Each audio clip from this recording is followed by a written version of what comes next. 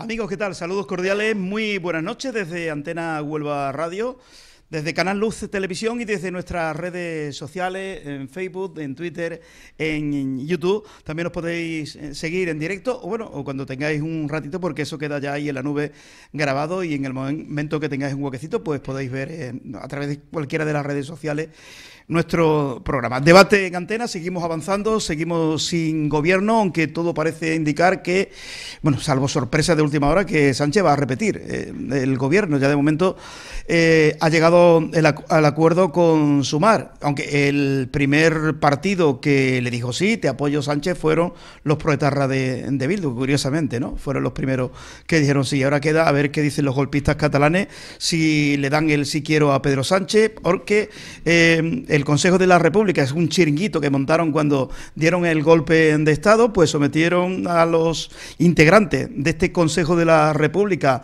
a votación, y ahora vamos a dar los datos porque sorprendentemente casi el 75% de los golpistas que han votado han dicho que no se apoye a Sánchez. Cuando digo golpistas me refiero a los que apoyan al golpe de Estado, que para mí es lo mismo el que realiza el golpe de Estado como el que apoya el golpe de Estado en Cataluña aquel 1 de octubre. Bueno, de muchísimas cosas vamos a hablar.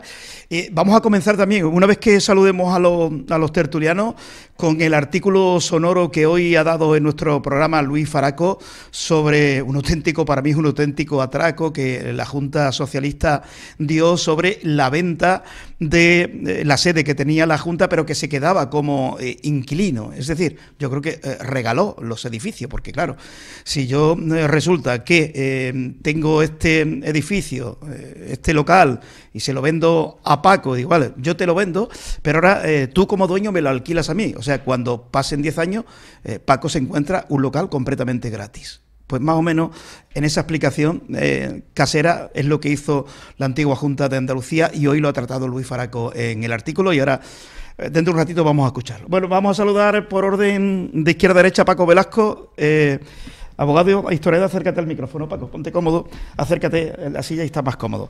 Muy buenas noches, Paco. Buenas noches. Encantado de tenerte por aquí. Encantado de venir. Bien de salud, ¿no? Como siempre. No me quejo. Procuro nunca quejarme, pero ahora menos. Me alegra que estés bien. Muchas gracias. Paco Revuelta es psicólogo y cantautor y compositor. Sí. Y profesor, aunque ya no das clase, creo, ¿no, Paco? No, ahora ya no doy clase. Ahora escribo, me dedico a escribir. Sí. Bueno, cuéntame, ¿qué estás haciendo?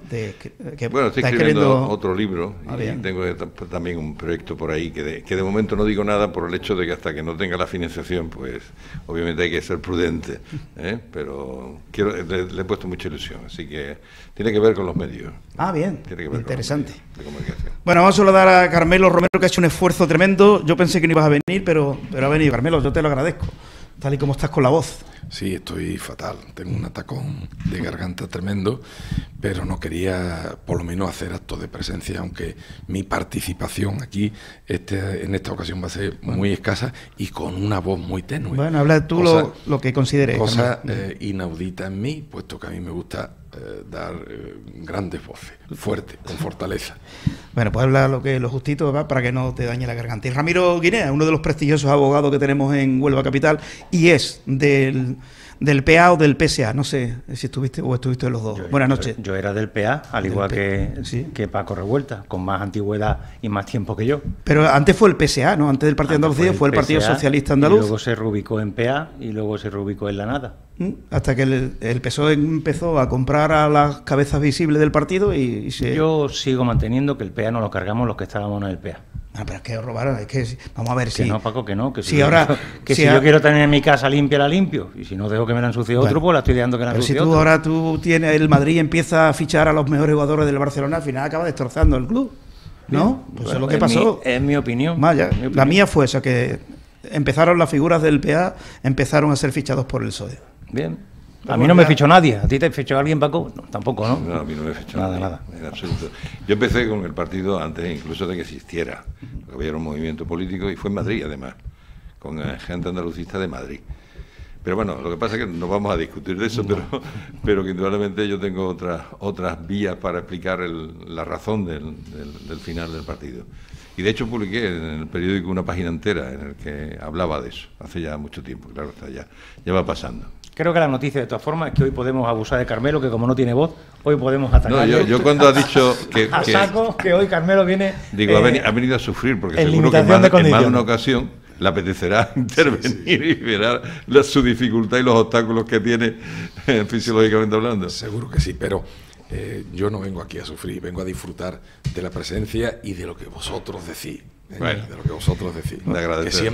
Que siempre se aprende mucho. Bueno, vamos a... Yo tengo una anécdota sobre Ramiro. Yo suelo, cuando me voy de la tertulia, pues hacer una pequeña recensión de lo que se ha dicho en general, de lo que me ha llamado la atención en particular. Y recuerdo que mi mujer, que suele conservar todo, pretendió tirar el otro día, y de hecho los tiró, pero antes yo le eché una ojeada. Una anotación de una tertulia de lo que hacíamos entonces en la otra casa, te estoy hablando de hace 15 años por lo menos, que fue la primera vez que yo conocí personalmente, lo conocía de vista, pero no lo conocía presencialmente, a Ramiro, y entonces creo que venía de un congreso, de una asamblea del Partido Andalucista, y allí en la tertulia diste una opinión que en principio me pareció dura, pero sensata, en el sentido de que un partido, por mucha democracia que tenga, que debe tener, o se lleva con mano de hierro en guante de seda, o ese partido no funciona. ¿Por qué? Pues porque alguien tiene que dirigir, y alguien tiene que dirigir exhibiendo unas normas que son públicas para todos los militantes y para todos los dirigentes.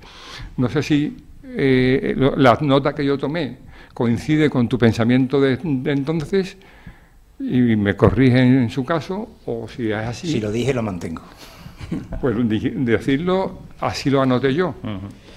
Que no era normal eso era normal en el PSOE. Por eso me llamó especialmente la atención. Pero que yo siempre he sido partidario de que un partido, como empresa política, tiene que llevarse por gente que sean serios, que sean respetuosos, pero que sean firmes. Y las pachangas, las medias palabras, las conspiraciones, pues hay que encauzarlas. Esa es mi impresión entonces, y hoy también lo mantengo. Bueno, antes de escuchar a Faraco, la noticia dice lo siguiente: la Junta de Andalucía pone fin al pufo generado por la polémica operación de venta y alquiler de 70 edificios, 70, no me he equivocado, el 7 con el 0, 70 edificios públicos que cerró en el año 2014 el gobierno andaluz, presidido por la socialista Susana Díaz. La idea, hacer caja y lograr liquidez, es la intención que tenía. El presidente del gobierno andaluz actual, Juanma Moreno, anunció en el día de ayer, el lunes, que la Junta va a recomprar por 328 millones de euros los 70 edificios que vendió en 2014. De esta forma se pone fin al contrato firmado en la etapa del PSOE por la entonces consejera andaluza de Hacienda, hoy ministra, María Jesús Montero, y que hace 9 años la Junta adjudicó a Inversiones Home, Sociedad de Responsabilidad Limitada, la filial española del fondo de inversión VP Care, los fondos buitres, tan criticados, ¿no?, por la izquierda. Pues se lo vendió. Y la Junta, ¿qué hizo? Vende los edificios, pero se queda dentro como inquilina y le paga al nuevo dueño el alquiler, que eran alquileres, bueno, altísimo. Vamos a escuchar a Faraco, luego que Carmelo, como responsable y miembro del PP, que dé la opinión al respecto. Pero antes, Javi, que nos ha preparado ahí el artículo sonoro que hoy nos ha brindado Luis Faraco, vamos a escucharlo y luego analizamos este asunto.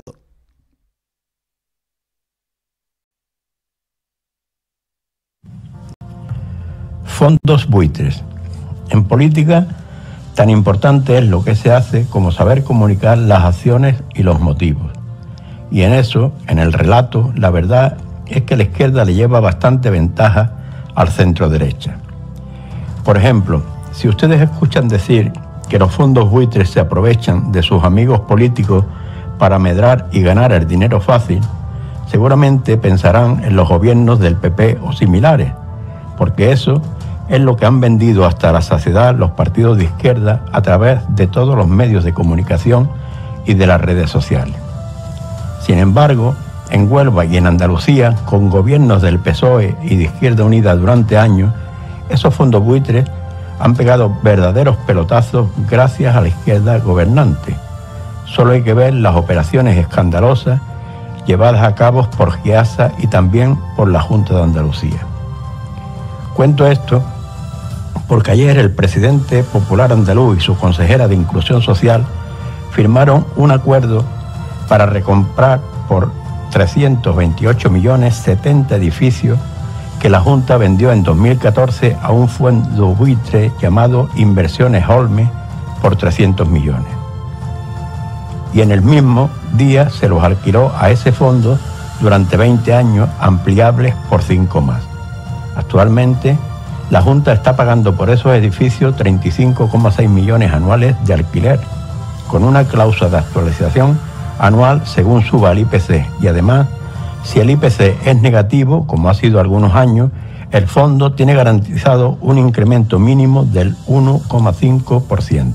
Es decir, el año pasado, mientras el gobierno castigaba a los pequeños poseedores de una vivienda alquilada a asumir como máximo el 1,5%, el fondo buitre, amigo del PSOE, obtenía una subida en torno al 8%. Bien, como digo, el Partido Popular no tiene entre sus fortalezas el saber vender sus acciones positivas de gobierno, y esta operación ha pasado desapercibida para la inmensa mayoría de los andaluces.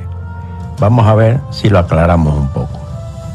Como digo, la operación de venta al fondo buitre se realizó en 2014, siendo presidenta de la Junta de Andalucía Susana Díaz, en coalición con Izquierda Unida, siendo Diego Barderas vicepresidente del gobierno. Y atención, quien llevó a término la operación fue la consejera de Hacienda y actual ministra del ramo, la ínclita María Jesús Montero, la misma que presume de ser el flagelo de las grandes empresas y los ricos, pero en realidad ha estado en todos los gobiernos con implicaciones en operaciones dudosas, tanto en la Junta como en el gobierno central. Tan mal informados estamos, y tampoco nos informa el actual gobierno del PP, que casi nadie sabe que esa operación, como en el fondo buitre del año 2014, fue cuestionada por la Cámara de Cuentas en 2017, denunciando que con dicha operación se producía un quebranto para las cuentas públicas de 131 millones de euros. En el informe de la Cámara de Cuentas se resaltaba que el motivo aducido por la Junta para justificar la operación era reducir el endeudamiento enorme que había en esa fecha, pero la realidad era que no solo no se redujo con dicha operación, sino que se incrementó en un 20,6%, o lo que es lo mismo, subió en casi 4.800 millones más.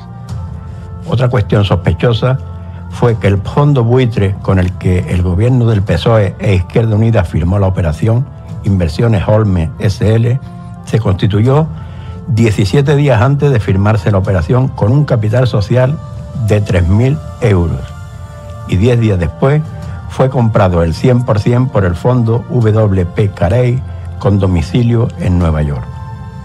Finalmente, la Cámara de Cuentas denunciaba una grave irregularidad por parte de la Junta, ya que descalificó los bienes como de dominio público el mismo día de la firma de la operación, cuando la ley establece que tienen que estar descalificados en fecha anterior para ser legal. En fin, una merienda de negros, de buitres negros, en beneficio de no se sabe quién y propiciado por los que se autodefinen como defensores de los pobres y trabajadores, pero que al final ya vemos a quienes benefician siempre. Voltaire decía una frase muy adecuada para esto: quien cree que el dinero lo hace todo, termina haciendo todo por dinero. Buenos días.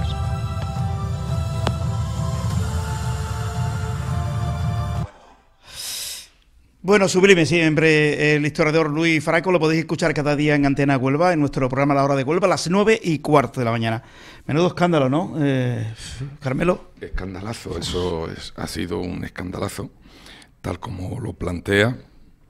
Es simplemente echar cuenta de tal manera que el fondo buitre, que tiene guasa, por no decir otra palabra, que los socialistas hayan utilizado los fondos buitres los socialistas de la Junta Socialista de Andalucía, porque ahí nuestro amigo habla de Junta de Andalucía, pero hay que especificar muy bien que es la Junta Socialista de Andalucía. Y utilizan los fondos buitre cuando descalifica al adversario, en este caso al Partido Popular, diciendo que los que normalmente están con los fondos buitre son precisamente los del Partido Popular. Como ese engaño, montones de engaños de lo que ellos van predicando, Mire, yo he hecho una simple multiplicación de los años que habían alquilado los socialistas esos 70 edificios que antes eran de su propiedad.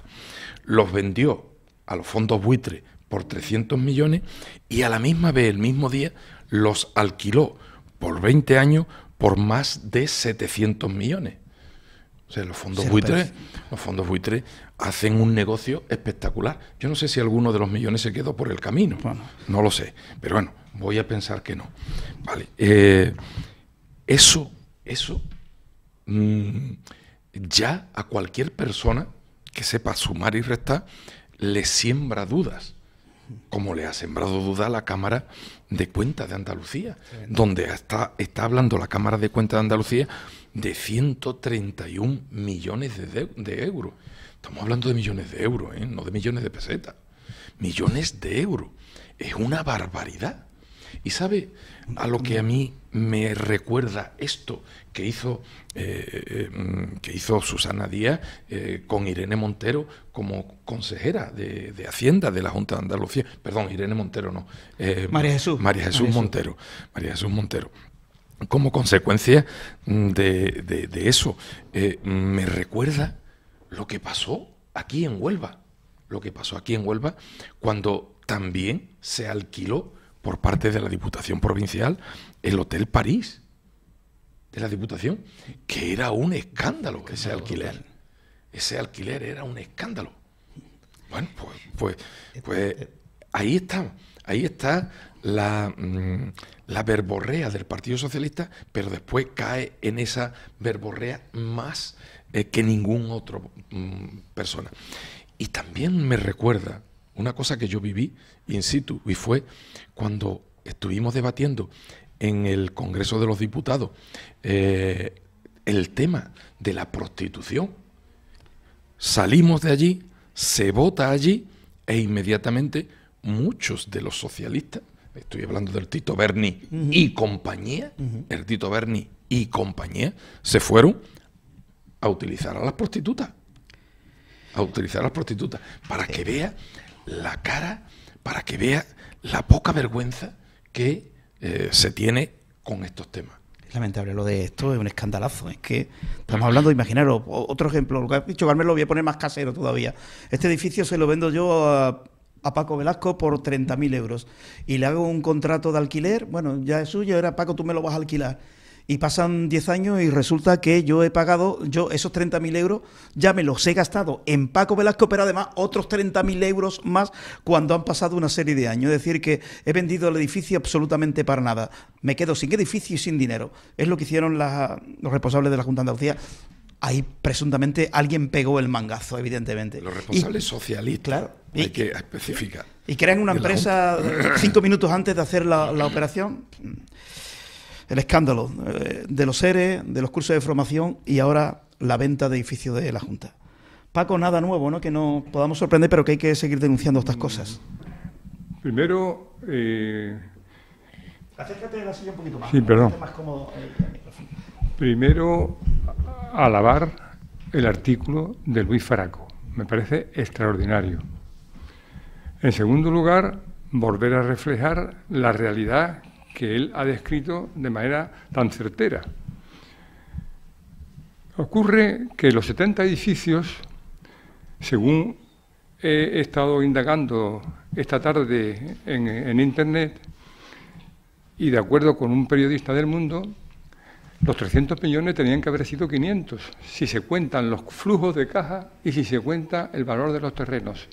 El valor no era 300, debía ser cerca de 500, con lo cual El mangazo no es de 134, como dice la Cámara de Cuentas, sino bastante superior si las cuentas que ha hecho este periodista del Mundo coinciden. Eso en primer lugar. Han vendido 70 edificios que son de la Junta que fue de Chávez, que fue de Griñán y que en ese momento era de Susana Díaz. No era la Junta de Juanma Moreno Bonilla, no, era la de Susana Díaz, la socialista Susana Díaz. Pero es que la socialista María Jesús Montero, que fue la artífice como consejera de Hacienda de aquel mangazo, hoy es la artífice de la sangría de impuestos que está imponiendo a toda la sociedad española. Pero voy en tercer lugar. ¿Qué son 70 edificios comparado con vender la Comunidad Autónoma de Cataluña, la Comunidad Autónoma de Navarra, la Comunidad Autónoma de Galicia o la Comunidad Autónoma de País Vasco por unos cuantos votos? Calderilla. Lo que estamos viendo hoy en España ensordece y tapa cualquier ERE, cualquier venta de edificios, el Hotel París, todo palidece ante la venta de España a trozos, que está instando el señor Sánchez con la aquiescencia, por supuesto, de María Jesús Montero. Y termino con una cosa para que no se me olvide. Soy un admirador ferviente de Pérez Reverte, de Arturo Pérez Reverte. Y en un artículo que publicó el pasado día en ABC, decía que él, Pedro Sánchez, a imitación del rey Arquídamo, que fue en el año 2500 a.C., el rey de la Lacedemonia, de lo que es Esparta, Pedro Sánchez hace como aquel rey Arquídamo, que pierde, pero se las ingenia mediante una campaña X de propaganda para salir como vencedor. Esa es la teoría de Pérez Reverte. Sin embargo, yo la rechazo. Porque guste o no guste, y a mí no me gusta nada, no solo no me gusta, sino que lo repudio al señor Sánchez, Sánchez no ha perdido. Y no se las da de ganador porque no ha perdido. Sánchez habrá quedado segundo en las elecciones, pero ha tenido la habilidad, la astucia, el engaño, la falta de escrúpulos, todas esas faltas de cualidades, esos sinvalores para estar ganando. No se las da de ganador. Es que está ganando la democracia, es que está ganando la Constitución, es que está ganando a las leyes, pero él no se las da de vencedor, está venciendo, me guste, nos guste o no nos guste. Y ese es el gran problema que tenemos hoy los demócratas, que no entendemos que la democracia es la mayoría. Y hoy la mayoría, nos guste o nos guste, cómo lo ha conseguido, cómo no lo ha conseguido, la tiene él. Por tanto, mientras esto no cambie, el ganador es él, no se hace el ganador. Bueno, luego hablaremos de eso, de la posible amnistía y de otras cuestiones también relacionadas con el presidente del gobierno. Paco, una valoración sobre el alquiler y venta de estos edificios. ¿Qué te parece? Bueno, se han dado ya muchos datos, tanto Luis como Carmelo también han añadido algunos y tú también, ¿no? Y yo me quedo con dos cosas. Una es que lo que ha dicho Luis Faraco al principio de la lectura de su artículo, que es decir, que ha pasado desapercibido o pasa desapercibido el problema. Pero eso es tradicional. También tú, Paco, dices que ahora mismo, lo que ahora mismo sobresale en los medios, en las conversaciones, cuando hay conversaciones políticas entre la gente, es el tema actual de la investidura, sí, investidura no, si va a salir Pedro Sánchez y los contactos que tiene, que por cierto, cuando ha ido la gente de Jun, si mal no recuerdo, con Jun, o no sé si era con RC, estaba también María Jesús Montero al lado de Pedro Sánchez, lo que indica que además no solamente es la cuestión de la amnistía y la cuestión del referéndum, sino también el tema económico, monetario, ¿no? Pero es que siempre ha habido, desde siempre, y quiero recalcarlo desde que empezó la democracia en España, se restauró la democracia en España, siempre ha habido una doble vara de medir entre las cosas que proceden del PSOE, del Partido Socialista, y el resto de los partidos. De manera que siempre se ha dañado mucho más la imagen de otros frente a los de ellos. Ellos siguen una táctica y es que venga cuento o no venga cuento, al final sacan un mensaje. Y eso lo vemos, por ejemplo, cuando están las comparecencias después de los consejos de ministros. Isabel Rodríguez, al final, siempre termina hablando del PP, pero para criticarlo. El colmo fue, en cierta ocasión, fue Bolaños, que le hacen una pregunta a alguien, por cierto, de los grupos catalanes, no me acuerdo exactamente la pregunta que era, es como si aquí pregunta a alguien qué hora es, y entonces se levantó y dijo, bueno, nadie me ha preguntado, por cierto, estaba en ese momento respondiendo en esa sesión de control, nadie me ha preguntado acerca de, era algo que tenía que ver con el tema de las mujeres, se lo sacó de la manga, ¿no? Y lo cual fue una auténtica sorpresa. Y eso ahí hay una gran diferencia entre lo que hace el Partido Popular y lo que hace el PSOE. El PSOE lo hace permanentemente. Efectivamente, yo he visto la noticia también, pero después lo he leído, ¿no? Pero después no lo he visto en televisiones, no lo he escuchado por radio, digamos, con la proyección que suele tener cuando es algo de otro partido diferente. Paco, a ver si, no sé si la psicología, yo creo que aquí influye más sobre el relato que acaba de dar Paco Velasco, que habiendo perdido, él se da como vencedor y vende el producto de que el que ha vencido es él. Cuestión psicología. Pero claro, si tú no tienes 540 millones como ha tenido Sánchez para invertir en medios de comunicación, lo que dice Paco no lo puede vender. O sea, sin dinero, ¿Sánchez habría podido conseguir introducir el mensaje que ha comentado Paco? No, sin dinero las cosas se ponen enormemente. Al final es cuestión de dinero todo. El dinero siempre está. Claro. Y lo saben hacer con los medios desde siempre. Aparte hay otra cuestión, y eso es cierto. Se han hecho estudios para ver un poco cuál era la orientación política dentro de los profesionales de los medios, tanto en España como también fuera de España, en Estados Unidos, por ejemplo, y hay una tendencia a que sean gente de izquierda, ¿no? Pero vamos, el hecho de que alguien tenga en cualquier profesión una orientación de izquierda o derecha, y no digamos ya en los medios de comunicación, eso no le impide ser una persona imparcial y que busque la objetividad. Es decir, que se puede separar perfectamente. Otra cosa son aquellos que no hacen esto que estoy diciendo. Es decir, como yo soy de esta rama, de esta orientación política, pues yo voy a beneficiar con mis declaraciones, con mis temas, voy a beneficiar a esta orientación política, ¿no? Pero eso es una realidad. Ahora, indudablemente, se han comprado a muchos medios, eso está claro, y a profesionales muy concretos. Ramiro, y los que estamos en partido lo sabemos, o hemos estado. Ramiro, ¿qué es la valoración sobre los alquileres?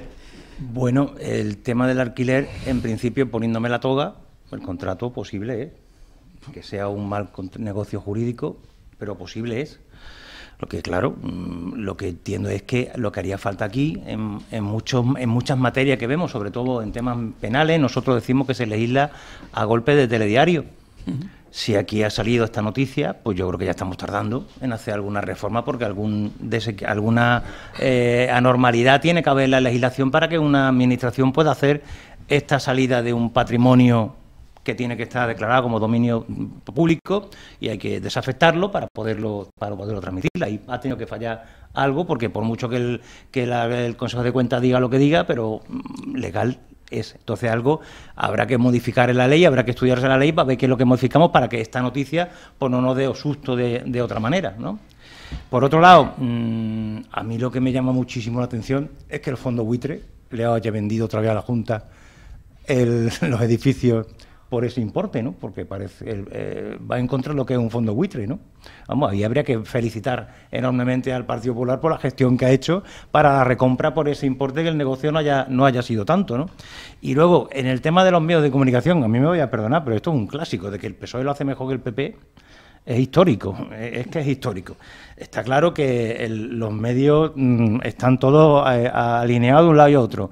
Que si tú en campaña electoral, ¿verdad, Paco?, no ponías dinero en un medio, no salía ni de coña. En una campaña, ya que lo hice muy brevemente, nunca, llego con una persona acompañándola, porque no sabía muy bien desenvolverse en los medios. Y lo primero que me dice el director, oye, por cierto, el PEAR va a poner ¿cuándo las va a poner? La publicidad, etcétera, etcétera, ¿no? Por supuesto, las puertas las tenía abiertas, pero ¿cuándo? vaya a echar dinero aquí, así me lo dijeron, eso está claro. Entonces, yo creo que es un déficit histórico que tiene el Partido Popular la necesidad de saber comunicar y transmitir, que ahora mismo ya no solamente en los medios, los periódicos, o las televisiones o las radios, sino que ahora mismo hay redes sociales, mira cómo Vox subió como la espuma con algo tan barato como era Twitter, ahora X. Correcto. Por lo cual ahí quizás habría que hacerse una reflexión de cara a mejorar esa comunicación, porque dinero el que ha invertido el Partido Popular en comunicación. Pero, oye, no ha tenido el fruto que los otros, casi sin despeinarse, hacen, como ha reflejado Paco en su comentario, ¿no? Mire, hablando de este tema de los fondos buitre, el fondo buitre le da a la Junta Socialista de Andalucía 300 millones. Y a la misma vez, ese mismo día, que se lo vende la Junta Socialista de Andalucía al fondo buitre, se lo vende por 300 millones, a la misma vez la Junta de Andalucía dice, vale, te lo he vendido, pero alquílamelo ahora mismo a razón de 35 millones anuales. Lo mismo que yo te he vendido por 300, tú me lo vas a vender, tú me lo vas a alquilar anualmente por 35 millones. Al cabo de 9 años, la Junta Socialista de Andalucía le ha pagado al fondo buitre, 285 millones, es decir, casi lo que había cobrado. Y además ahora, por haberlo rescatado, 28 millones más. Es decir, ya hemos pagado en 9 años, hemos pagado, la Junta, hemos pagado más de lo que recibimos del fondo buitre. Es lamentable, la operación es que es lamentable. Es absolutamente lamentable. Lo que sí hay que alabar y felicitar es a Juanma Moreno por haber conseguido que nuevamente los 70 edificios vuelvan a ser propiedad de la Junta de Andalucía, es decir, vuelvan a ser propiedad de todos los andaluces, y haya dicho, oye, se acabó el tema de los fondos buitres, que tiene guasa con todo lo que habla el Partido Socialista, y le echan cara el Partido Socialista al Partido Popular hablando de los fondos buitres. Tiene guasa que ellos lo manejan y luego los critican. Eso es lo que más me impone a mí, aparte del dinero, que es una bestialidad de dinero. Estamos hablando de más de 313 millones de euros. Es una barbaridad de dinero. Después de las dos intervenciones que ha tenido Ramiro y la que ha tenido Carmelo, yo me planteo lo siguiente. Vamos a ver, efectivamente habría que felicitar, ¿no? Eso que se vuelva a ser propiedad de la Junta de Andalucía. ¿La habrá conseguido Juanma Moreno, el presidente de la Junta de Andalucía, por el hecho de que a lo mejor no quieren que se sepa más de esos acuerdos previos con los socialistas? A saber. Probablemente. Cuentan algo de que a un fondo buitre americano le importa mucho lo que esté pasando en este rinconcito del mundo. No, pero aquí hay gente que está implicada también, ¿no? Según aquí. Porque ahí la renegociación la ha tenido que hacer la Junta de Andalucía como un particular. Tú eres el fondo buitre, yo soy la Junta, digo, hola, ¿qué tal? Que mire, le quiero recomprar estos. Sí, porque he cambiado mi opción política y creo que en vez de despatrimonializar la Junta de Andalucía, tengo que mantenerla con patrimonio porque me sale más rentable. Pero aquí habrá intermediarios de aquí. Hombre, pero evidente. Permitidme, la pregunta que ¿tú crees que a un fondo buitre le va a importar lo que es el tema de la Junta de Andalucía? ¿Quién dice que aparte de esto no hay otros teje-maneje con esos mismos fondos buitres y dice, bueno, vamos a dejar esto a un lado y vamos a mantener los otros? ¿Quién lo dice? Puede ser. Pues yo me creo, viendo lo que estamos viendo, yo me creo de todo. Pues entonces, Carmelo, creo que es necesaria una llamada a Manuel Andrés diciéndole que que el Parlamento de Andalucía organice una comisión de investigación para que nos aclaremos la venta y la compra de los edificios de la Junta de Andalucía. Bueno. Por cierto, permitidme que me ponga la toga un rato. Esto de los fondos buitres, esto yo recomendaría que os dierais un paseo por el juzgado, que ahora mismo ya no hay pleitos de BBVA, Unicaja, la Caixa, no. Ahora son todos pleitos de fondos buitres que compran la morosidad. Correcto. Y van a saco por la gente, pero de forma descarada. Vamos, uno de los grandes problemas que tienen los juzgados es la sucesión procesal, que no acreditan muchas veces bien la sucesión procesal y ahí se quedan muchas veces parados, pero que ya no existen pleitos del BBVA y de los grandes bancos, sino que hay buitres por todos lados que nadie sabe cómo funciona eso, ¿no? Suscribo lo que dice Ramiro, porque lo han contado muchos amigos. Totalmente de acuerdo también con Ramiro en ese tema, sí. Y apuntalar lo que también ha dicho antes con respecto a la necesidad de que Manuel Andrés actúe buscando la transparencia, buscando la investigación, buscando los entresijos de este robo manifiesto. Pero yo recuerdo, no lo voy a nombrar porque ahora mismo tiene un alto cargo provincial, una persona a la que yo aprecio bastante, del PP, que decía, antes de que las elecciones de mayo fueran una realidad, que urgía hacer auditorías, aunque no fueran exhaustivas, tanto en el Ayuntamiento como en la Diputación de Huelva. ¿Se han hecho? No se han hecho. ¿Se van a hacer? Lo dudo. ¿Por qué no se han hecho? Tendrá que explicarlo el presidente de la Diputación Provincial y tendrá que explicarlo la señora alcaldesa Pilar Miranda. ¿Por qué no se han hecho esas auditorías si todos sabemos y nos consta que hay unos pufos enormes en un organismo y en otro? ¿Por qué? Pero esa es la noticia, Paco, por ejemplo, el preso que ¿Cuál es la noticia? En Navidad, por ejemplo, que aumentó en 400.000 euros el alcalde de lo que tenía previsto en un principio para el alumbrado de Navidad, por ejemplo. Sí, pero son... Por ejemplo, esas noticias que van saliendo de vez en cuando. Pequeñas gotas en un océano. Sí, pero sí que no cuesta ningún trabajo que cada concejalía del Ayuntamiento de Huelva diga, aquí tenemos un pufo de esta cantidad y yo aquí tengo otra. Y en la Diputación exactamente lo mismo. Y en la Junta de Andalucía urge sacar a flote esto. Si eso va a favor del Partido Popular, yo defiendo la honradez del Partido Popular. Ataco y desprecio la iniquidad actuante del Partido Socialista. No sé cuántas veces lo tengo que repetir, pero a mí lo que me fastidia es que de alguna manera la apatía, a veces la política insulsa, buenista del Partido Popular le ponga la bandeja enfrente al Partido Socialista. Es que se las pone como a Fernando VII, para que Fernando VII siga partiendo el país. Y ese es el gran problema desde mi punto de vista de los dirigentes o de algunos dirigentes del Partido Popular. Brevemente, que me dicen que explique que hemos hablado de la Diputación que habían alquilado en el Hotel París, antiguo Hotel París. Es un edificio que hay detrás del kiosco famoso de la hamburguesa, de la Plaza de las Mojas.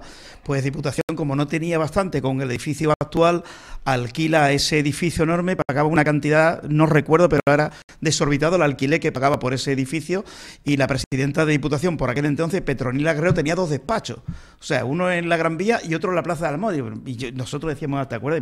Pero ¿qué hace un presidente de Diputación o presidenta en este caso? ¿Para qué necesita 2 despachos? ¿Pero cómo se puede tener 2 despachos? O sea, ningún ejecutivo del mundo tiene 2 despachos para trabajar. Ella tenía 2 despachos. Increíble. Lo has dicho y además lo enlazo con lo que apunté al principio sobre las notas que tenía de Ramiro. Esas notas las tengo y las conservo. Eso era una vergüenza pública. Una vergüenza pública hasta que esta señora decayó en su puesto. ¿Pero quién le sucedió? Otro del Partido Socialista. ¿Se acabó el latrocinio? En absoluto. Continuó. Sí. No, terminó. Se acabó lo del Hotel París. Claro, eso se terminó. ¿Cómo terminó?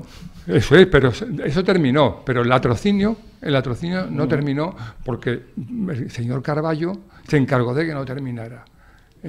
Entonces, si es que el Partido Popular, precisamente, al estar libre de culpas y de corruptelas, lo tiene todo a favor para sacarla fuera y decir, oiga, que esto no es nuestro. Esto de lo que ha dicho Faraco me parece una cosa extraordinaria por lo que revela la corrupción de un partido político y al mismo tiempo revela que el PP se duerme en las musarañas. Bueno, vamos con otro asunto. Paco, los integrantes del Consejo de la República, el chiringuito que montó el prófugo delincuente, ¿se le puede llamar delincuente a Puigdemont? Todavía no, hasta que no se juzgue. Bueno, ¿cómo va esto? Salvo que Ramiro me conteste, no es delincuente, no es delincuente. hasta que no esté juzgado. Bueno, prófugo. Golpista, prófugo, sí. Prófugo, sí. golpista, sí. Prófugo, sí. Bueno, pues este chiringuito lo montó el prófugo, Puigdemont, organismo presidido por el expresidente fugado Puigdemont, y que, bueno, han sometido a votación, ¿no? ¿Aceptamos o no aceptamos a Sánchez como el presidente del gobierno? Bueno, pues el 74,9% de los que han votado han dicho no, hay que bloquear la formación del nuevo gobierno. Y el 24,9% aboga porque sí, hay que facilitar el gobierno. Pero si me permites, Paco, creo que hay un elemento importante en la noticia, que es que los que han promovido la votación no ha sido la cabecera de Puigdemont, han sido miembros del Consejo por su cuenta, es decir, que no son de la parte oficialista, por lo cual, además, como la decisión no es nada obligado vinculante, no es vinculante, por eso yo creo que lo que revela, lo que revela es que el partido está bastante roto. Sí. Si las bases son los que convocan y desacreditan de esa manera a la dirección, porque está claro que la intención de Puigdemont es la guerra, marear a París todo lo posible, pero al final los votos se lo iba a dar. Esto crea una franja importante en la solvencia de ese partido, ¿eh? Sí. Eso lo pidió uno de los afiliados, y entonces, claro, como están los estatutos, esa posibilidad presentó la documentación, y entonces no ha quedado más remedio que hacerlo, indudablemente. Pero es lo que dice Ramiro, es decir, que ahí hay ya fractura, indudablemente. De todas maneras, tanto Junts como RC están yendo demasiado lejos, y eso también pone en entredicho el tema de lo de que no vaya a haber elecciones, bueno, el hecho de que se vaya a investir a Pedro Sánchez, ¿eh? Es decir, que se da por muy seguro, porque no sé quién, si has sido tú, me parece que sí que seguro, me parece que tú lo has dicho, ¿no, Paco? Que iba a haber Pedro Sánchez continuaría, ¿no? Pero sin embargo, ellos han ido... por seguro no de nada, ¿eh? No, por eso, porque es que han ido tan lejos, con un compromiso tan lejos con lo de la amnistía, el referéndum, pensando en su, digamos, en los potenciales votantes de ellos, lo que es su parroquia, dicho en plan más coloquial, y tienen un cierto compromiso con todo ese tipo de palabras, porque si no se vienen para abajo, ¿no? Y yo no sé si también, y eso tiene sus repercusiones, que no veo muy seguro el tema de que vaya a ser investido, porque este acuerdo que ha llegado Sumar con el PSOE tiene pinta incluso de un acuerdo para unas próximas elecciones. O sea, no solamente un acuerdo, sino también como haciendo ya promoción o haciendo ya propaganda de cara a unas elecciones, ¿eh? Y el PP también se está moviendo en ese sentido, Feijóo, cuando va a los sitios, cuando habla, porque creo que nada está seguro ahora mismo, ¿eh? Correcto. Y que lo mismo puede ser, investidura, como de repente decir, señores, no hemos llegado a ningún tipo de acuerdo y va a haber elecciones. Y de hecho Feijóo estuvo en Galicia, estará en Málaga, haciendo, no sé, o mítines, como diciendo, vamos a prepararnos por si acaso. Por si acaso, Por claro. si acaso. ¿Cómo lo veis en el PP? Mira, con respecto a lo que estamos tratando del Consejo de la República y los resultados, el 70 y algo % de que dice que se rompa, que no se le dé ese acuerdo de investidura a Pedro Sánchez. El 74% o el 75% de un 5% de los que han votado. Es decir, los únicos que han votado han sido un 5%. Y de ese 5%, el 74% ha dicho, oye, que no se le dé. Que no se le dé. Es decir, es nimio la cantidad que le han dicho a Puigdemont, oye, que no. Por lo tanto, independientemente de que no es vinculante, nada más que por la cantidad, por el porcentaje, si Puigdemont no lo atiende, no le va a pasar nada. Dentro de su propio partido. No le va a pasar nada. ¿Por qué? Porque no es significativo. Sí, pero analiza un poco, te voy a hacer un detalle, ¿no? Ese tipo, como le pasa también a Podemos, que de repente que tú te metías por internet y te podías inscrito. Pero eso no significa de verdad que tú seas un auténtico militante. Y quiero decir con esto que eso del Consell, que bueno, pues fue una pantalla que tenía, sonaba muy bien, Consell de la República, o Consejo de la República, sonaba muy bien, pero el hecho de que haya gente que se apunte en un momento determinado no son gente verdaderamente activa dentro de lo que es un grupo político.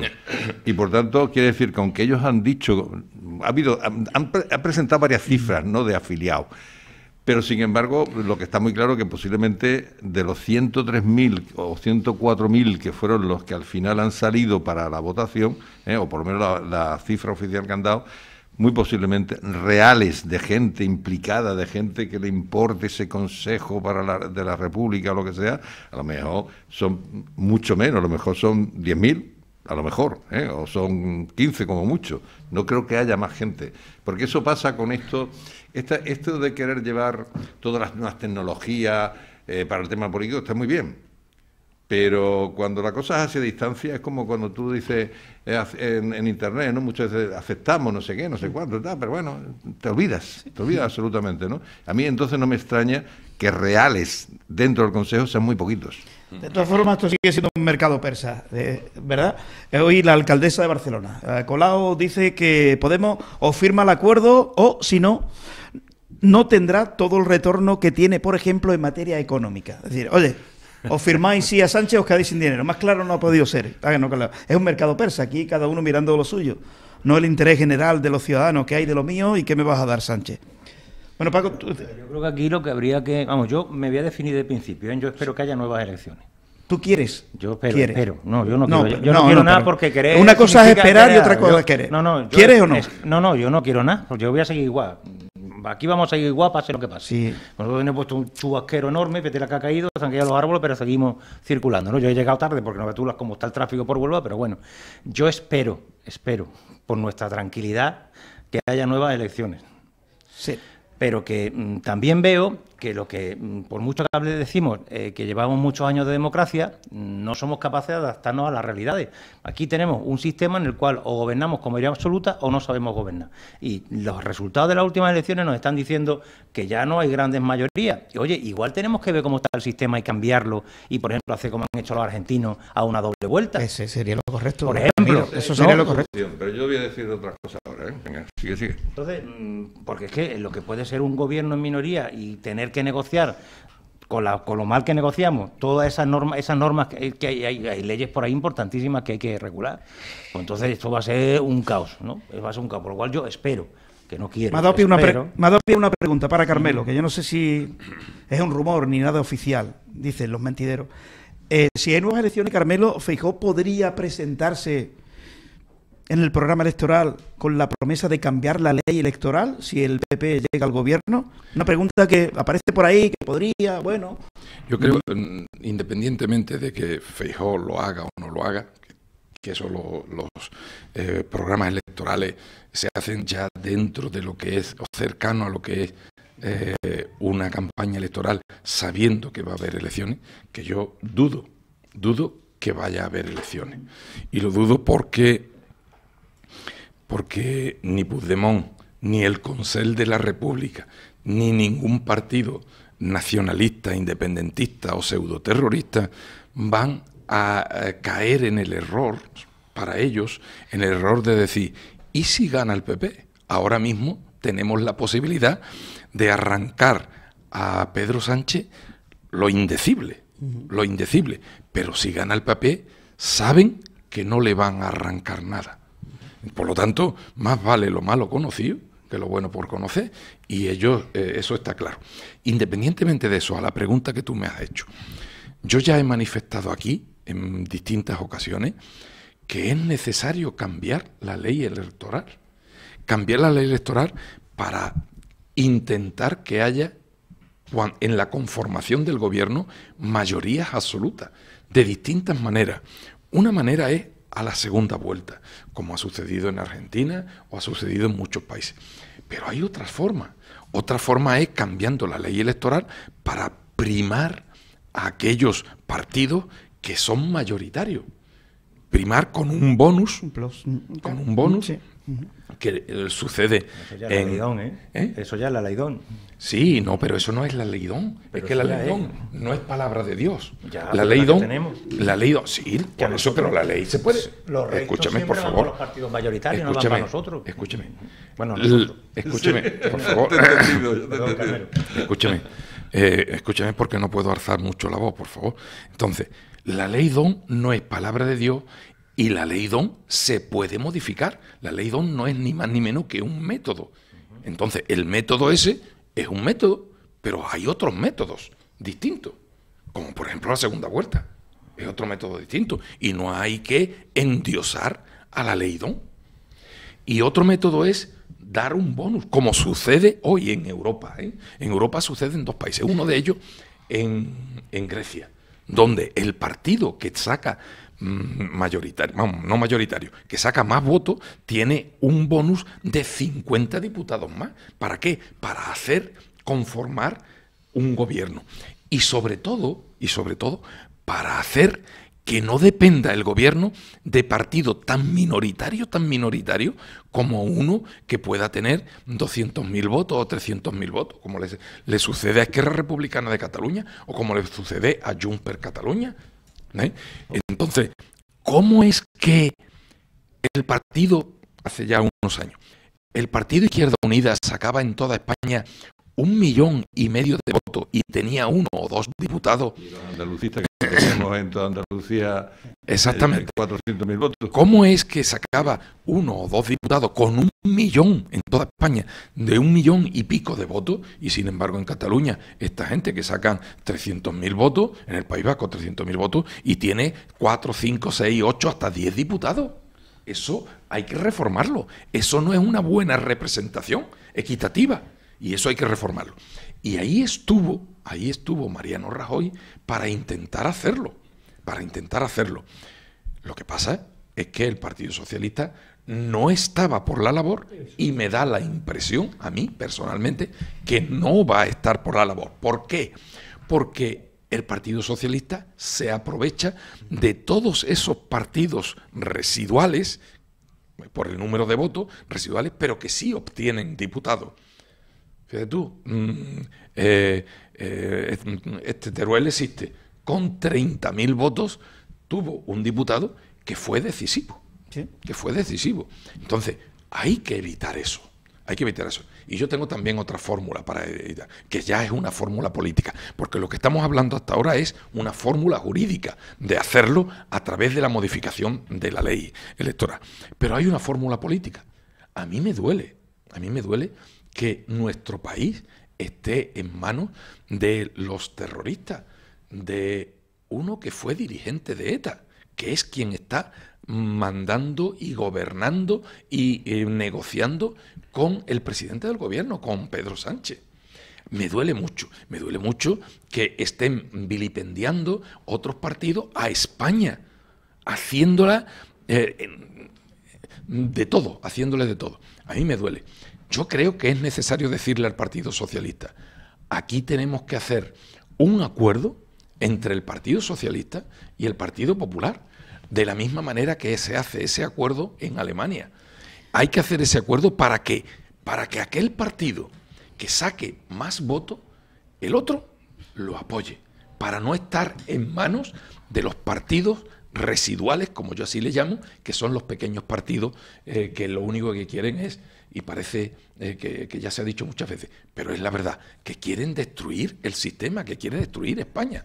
Un punto importante, Carmelo, que son partidos pequeños, residuales, pero no es, por ejemplo, el partido andalucista, que era un partido con sentido de Estado. Estamos hablando de un partido casi formado por antiguos miembros de ETA, como Esquerra Republicana o Junts per Catalunya, que son partidarios de la separación de Cataluña de España. Son partidos para mí indecentes. Ahora, partidos decentes, como por ejemplo estaba o Izquierda Unida en su momento, o el Partido Andalucista, con esos partidos sí se pueden llegar a acuerdos. Por supuesto. Pero con que sí. esta banda de golpistas y proetarras. A mí me gustaría añadir un par de cosas. Primero un par de detallitos y después voy a entrar un poco en teoría. Y apoyándome además en una frase que dijo un psicólogo, Carl Lewin, ¿no? Decía, no hay nada más práctico que una buena teoría. No hay nada más práctico. Y es cierto, pero vamos, no voy a desarrollar por ahí, ¿no? Lo de la segunda vuelta tiene un problema, y es que esos son sistemas presidencialistas, y entonces habría que modificar, no eso, sino muchas cosas.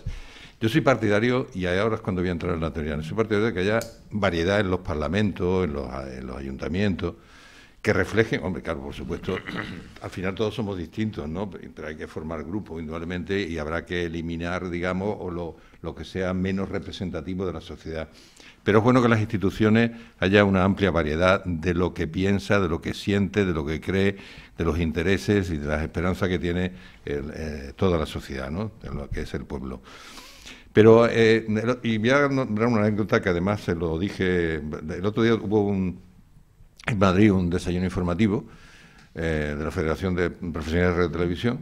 Yo asistí, he asistido ya a varias, han ido gente tanto del Partido Popular, y en esta última ocasión fue con Juan Lobato, el presidente, el secretario general, mejor dicho, perdón, del PSOE de Madrid, que fue el que se presentó frente a Ayuso. Le hice una pregunta, ¿no? Y por ahí van las cosas de lo que voy a decir, y después diré exactamente cuáles fueron las preguntas que yo le dije, ¿no? Los partidos tienen una historia reciente. Los partidos no existen desde hace mucho tiempo. Antes lo que había eran facciones, ¿no? Y la diferencia básica está en que el partido es parte de un todo, que es todo el país, la nación, el Estado, como se le quiera llamar, ¿eh? Tampoco vamos a entrar en temas de nación, Estado y esas cosas que se complica bastante la cuestión, ¿no? Pero es parte de un todo, y además tiene que ser un conducto de expresión, precisamente, de un sector de la población. Y se ha producido una regresión en cuanto al tema de la calidad de los partidos. Es decir, ha habido un retroceso. ¿Por qué?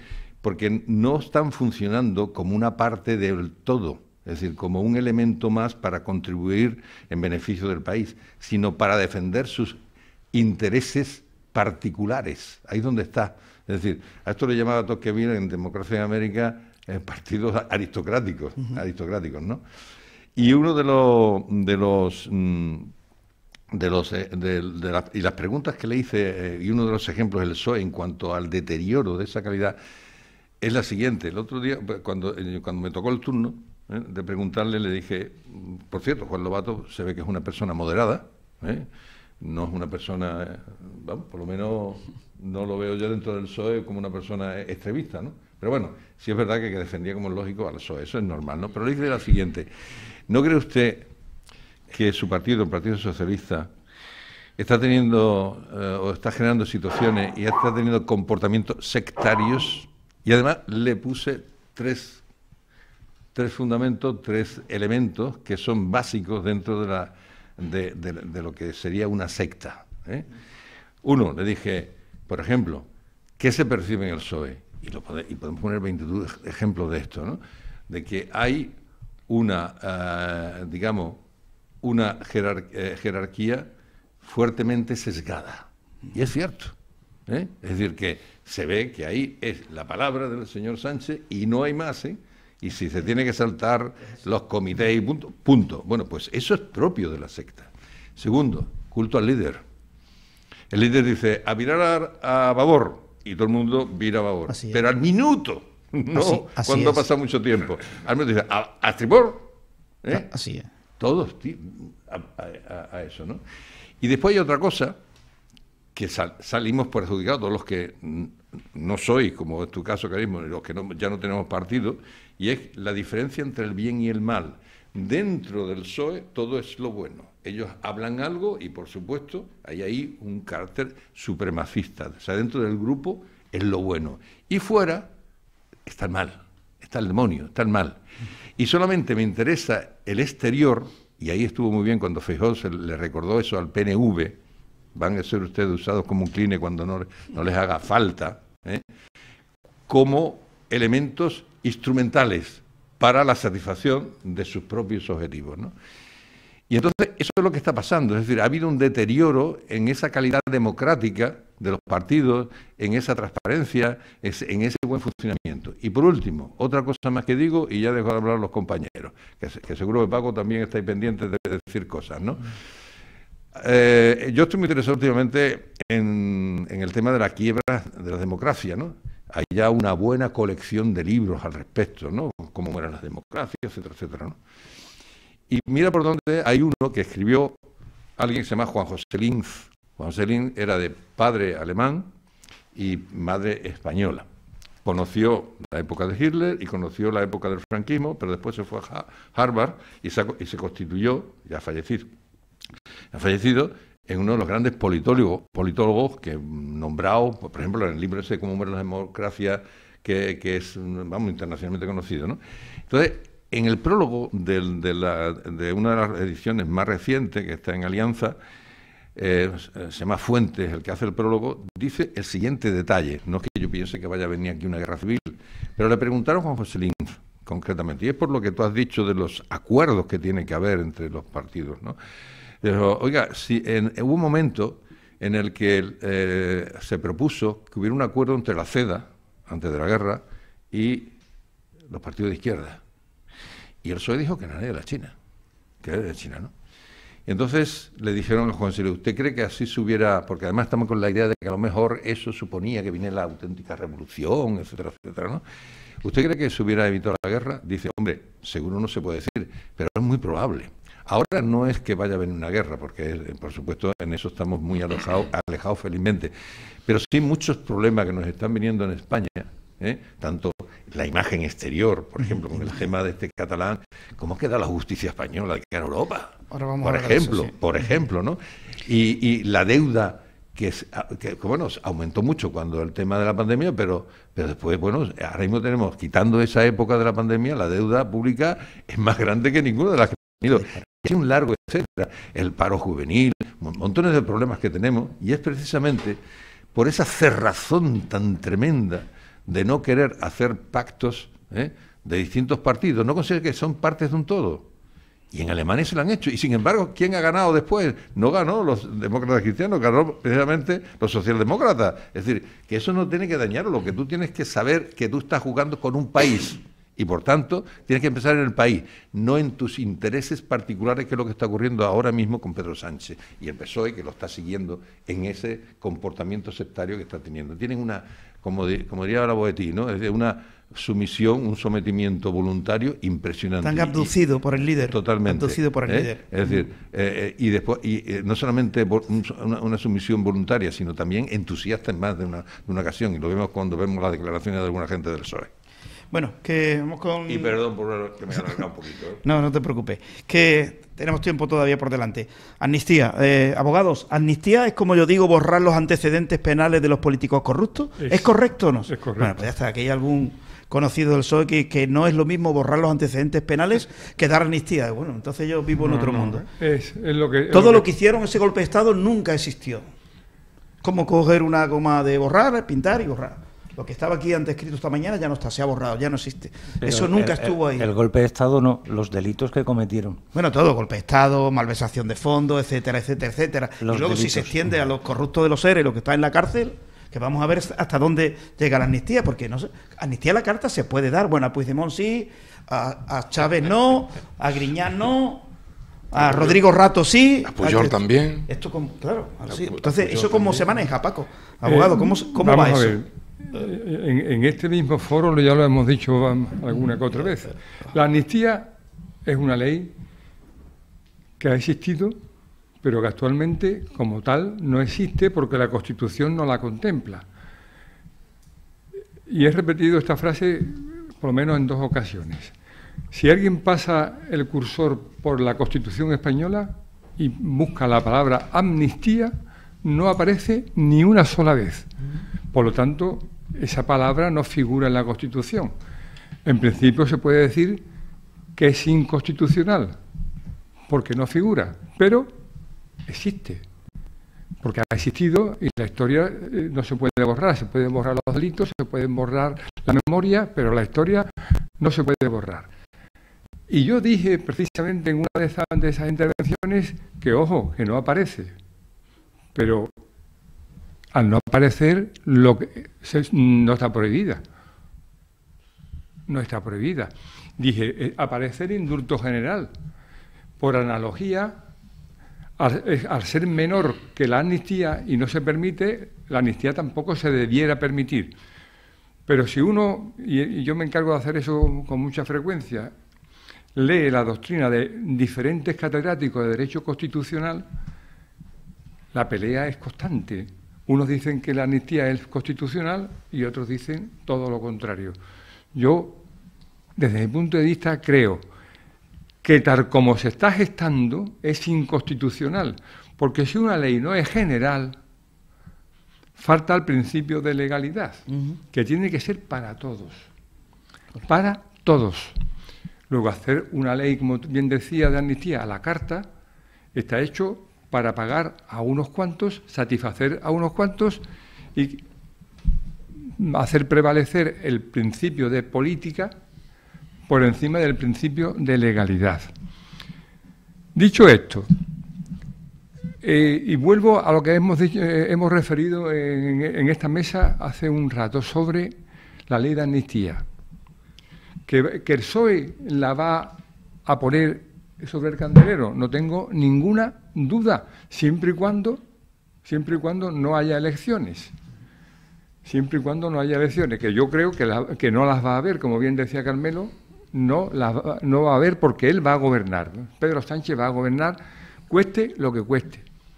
Y a mí también me duele España, como decía Marcelino Menéndez Pelayo, es que me duele España, porque me duele este troceamiento de España.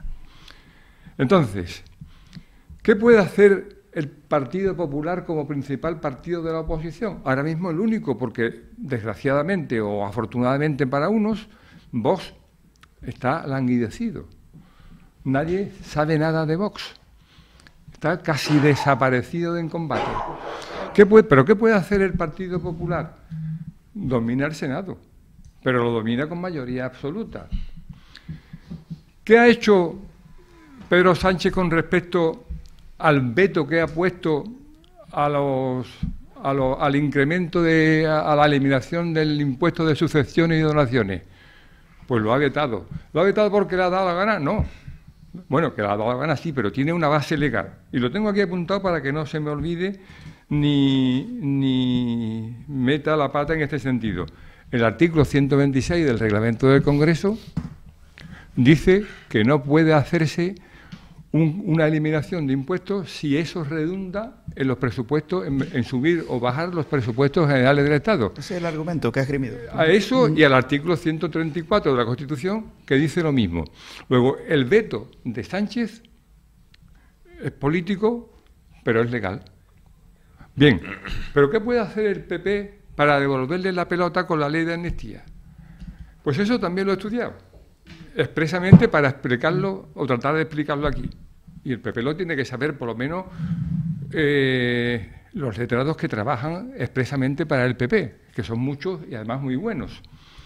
Pues tiene dos opciones.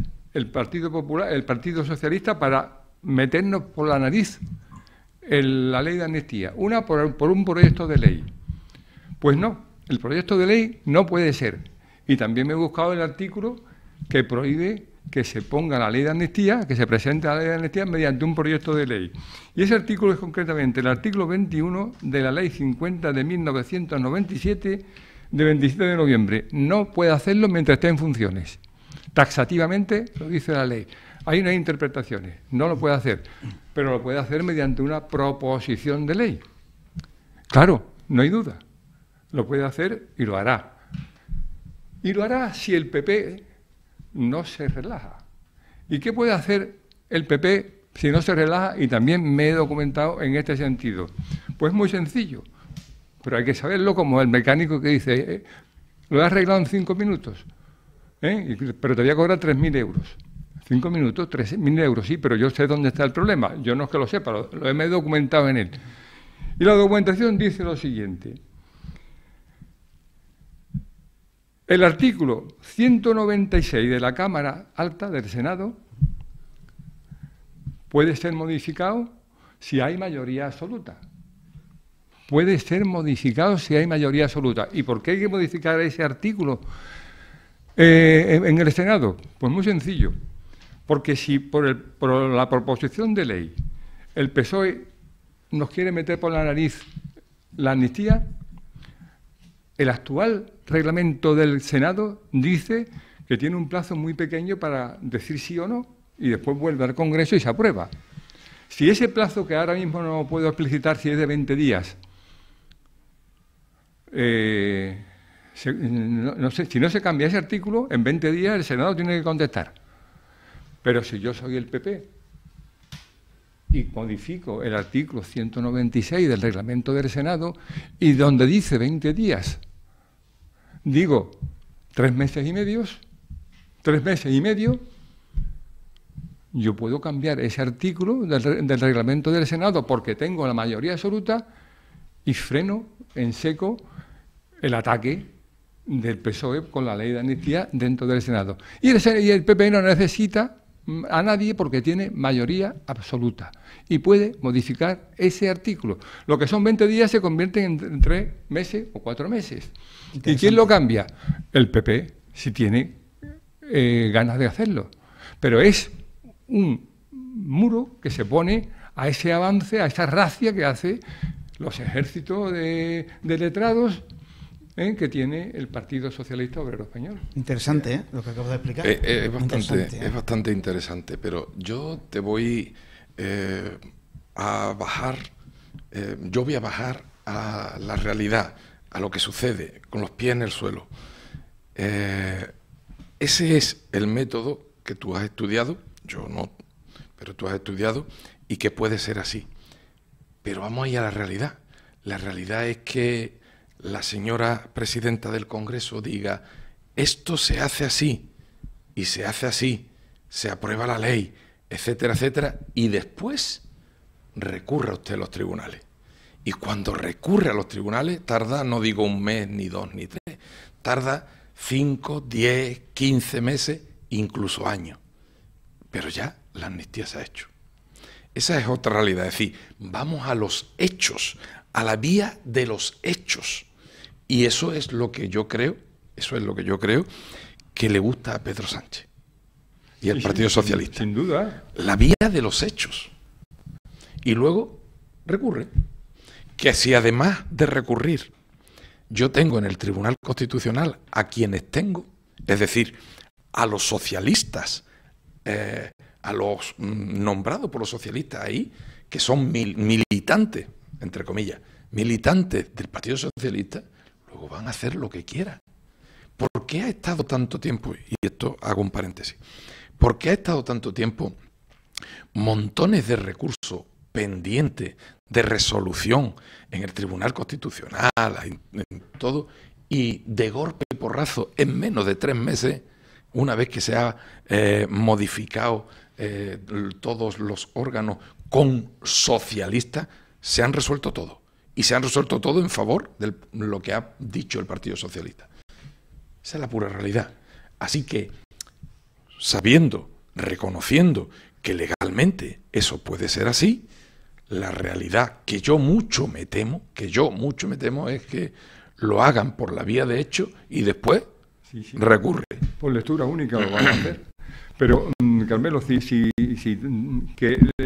los artilugios legales existen.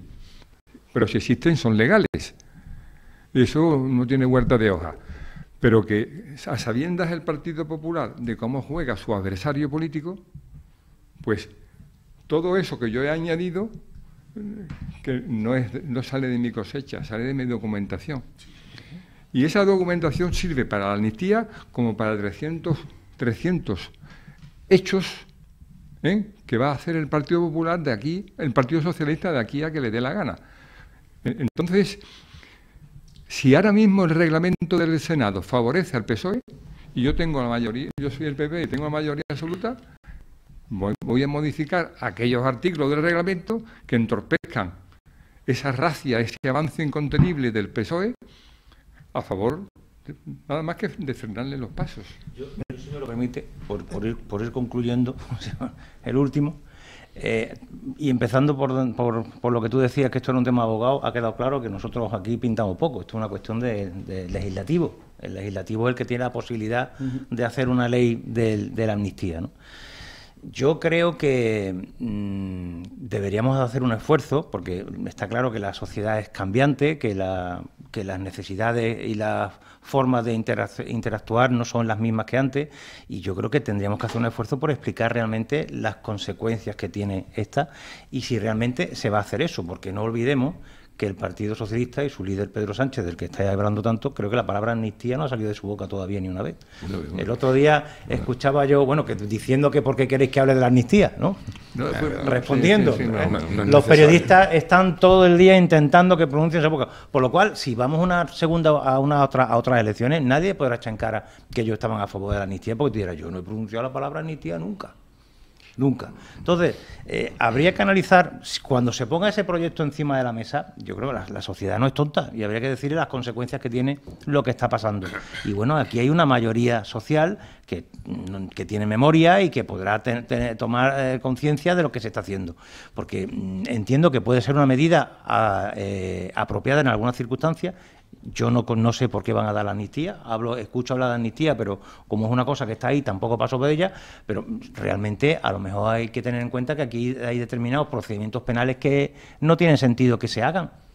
Igual también hay que reformar el Código Penal para que haya determinados procedimientos penales en determinadas ocasiones que se están aplicando, que eran productos de laboratorio, porque antes no habían sucedido ese tipo de circunstancias. Una cosa es hacer leyes de laboratorio y otra cosa es hacer leyes del día a día, no es lo mismo tipificar un robo que de tipificar un delito de corrupción política, porque hasta que no estamos viendo lo que está pasando, eran auténticos ejercicios de laboratorio. Por lo cual yo creo que no habría que quitarle el miedo a la palabra, porque es una cosa que está ahí. Hay una ley de amnistía de años 70 y tantos que se hizo en su momento, es un recurso legislativo que tiene el legislativo y que, bueno, a ver, no solamente por decir que viene el lobo, puede ser que la cosa sea tan mala, ¿no? Pero tú sabes, mejor que yo, por lo menos igual que yo, quién era Kelsen. Kelsen era el pope del positivismo, del derecho positivo. Y Kelsen decía bien claro que la validez y la eficacia de las normas, de la ley de amnistía, por ejemplo, empieza cuando entra en el ordenamiento jurídico. Cierto que Sánchez no ha hablado pero por él ha hablado 200.000 voceros que él ha puesto en juego. Pero ese ordenamiento jurídico exige dos cosas. Una, que las normas se obedezcan. Se obedece la ley del sí es sí, la ley trans, la ley de bienestar animal, esto y esto, se obedece cuando conviene. Y otra, que las instituciones utilicen su capacidad coactiva para que se cumplan si no se cumple. Si nosotros, el pueblo, los ciudadanos, no obedecemos una ley, pues porque es ilícita, y las instituciones, pese a su ilicitud, nos obligan coactivamente a cumplirla, hay una palabra que se llama imperados. Imperados no es más que somos unos mandados, unos vasallos, que nos sometemos al imperio de una ley o de unas leyes absolutamente nada democráticas. ¿Por qué? Porque se hacen de manera parcial, porque no responden a las necesidades y al interés general, etcétera, etcétera. Y la utilización del término imperados es de Kelsen, diciendo, dejad de ser vasallos. Eso lo dijo hace ya mucho tiempo, que esto el pueblo tiene que hablar y desobedecer y rebelarse y sufrir el castigo que le corresponda por rebelarse contra esas leyes, porque así reza el ordenamiento jurídico. Pero lo que está haciendo este señor con la ley de amnistía y otras es romper el ordenamiento jurídico y someter al pueblo, a la ciudadanía, como vasallos, como lacayos, como criados, como silentes, como sumisos. Y eso no puede ser. Y eso no puede ser. Es que nosotros hacemos una encuesta. Yo no quiero ser un imperado. Mira, hacemos una encuesta ahora mismo, preguntamos a la ciudadanía, ¿está usted de acuerdo en borrar los antecedentes penales de los políticos corruptos? A ver qué contesta la gente. Y si la izquierda española aplaude esto que posiblemente ocurra, la izquierda española no va a tener legitimidad nunca jamás para hablar de corrupción. Por eso le puedo decir, pero si vosotros habéis perdonado la corrupción de cientos y cientos de políticos que deberían estar en la cárcel y esta ley de amnistía le ha salvado de la cárcel. por no decir que ha quedado ya borrado todos los delitos que habían cometido los corruptos, los dirigentes socialistas condenados a prisión por los jueces, y que nada habría existido, los seres no han existido, los cursos de formación fraudulentos no han existido, eso fue un invento de la sociedad, de la prensa. Bueno, esto es lo que quiere, lo que pretende hacer Pedro Sánchez, y no sé si lo va a hacer, pero... Voy a seguir insistiendo, ahora que tengo a Carmelo Flojo, en hacer a los políticos trabajar. No solamente está el tema de la amnistía, está el tema del indulto. ¿Y sabéis de cuándo es la ley del indulto? Sí, ya. Del 1800 y pico. 1800 y pico. Y no se ha modificado. Y sigue estando ahí. Yo una vez hablaba de la gracia del indulto, ¿no? Porque es que es de gracia, ¿no? Que tengamos una ley tan antigua y que no se modifique, y está ahí, ¿no? Antes, nada más que brevemente, antes de darle la palabra a él, que la lleva pidiendo desde hace tiempo. A mí me gustaría hacer una pregunta.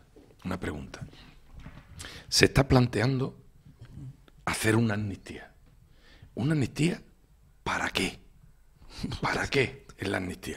Porque en este país y en otros muchos,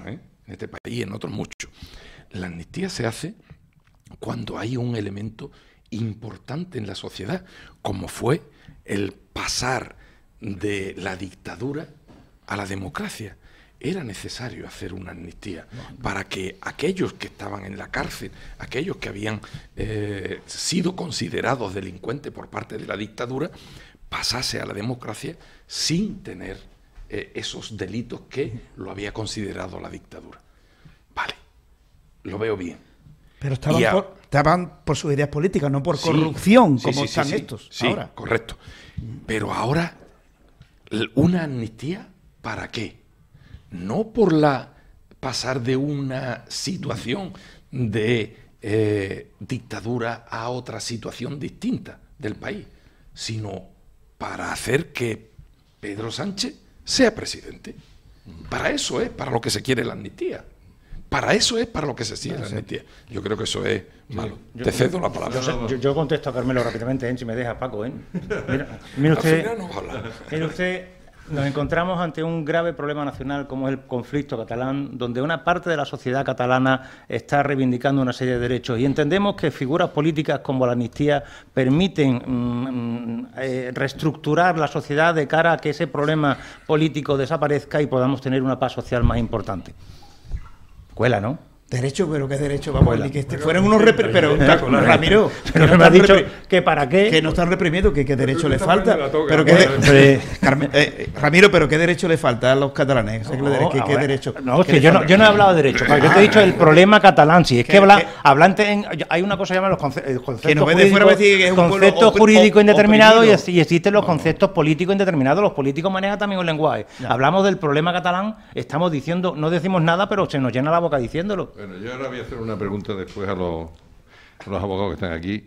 Bueno, aquí tengo las hojas que lo que he encontrado más extenso del acuerdo de PSOE y Sumar, y tampoco aparece para nada acuerdo en relación con la amnistía.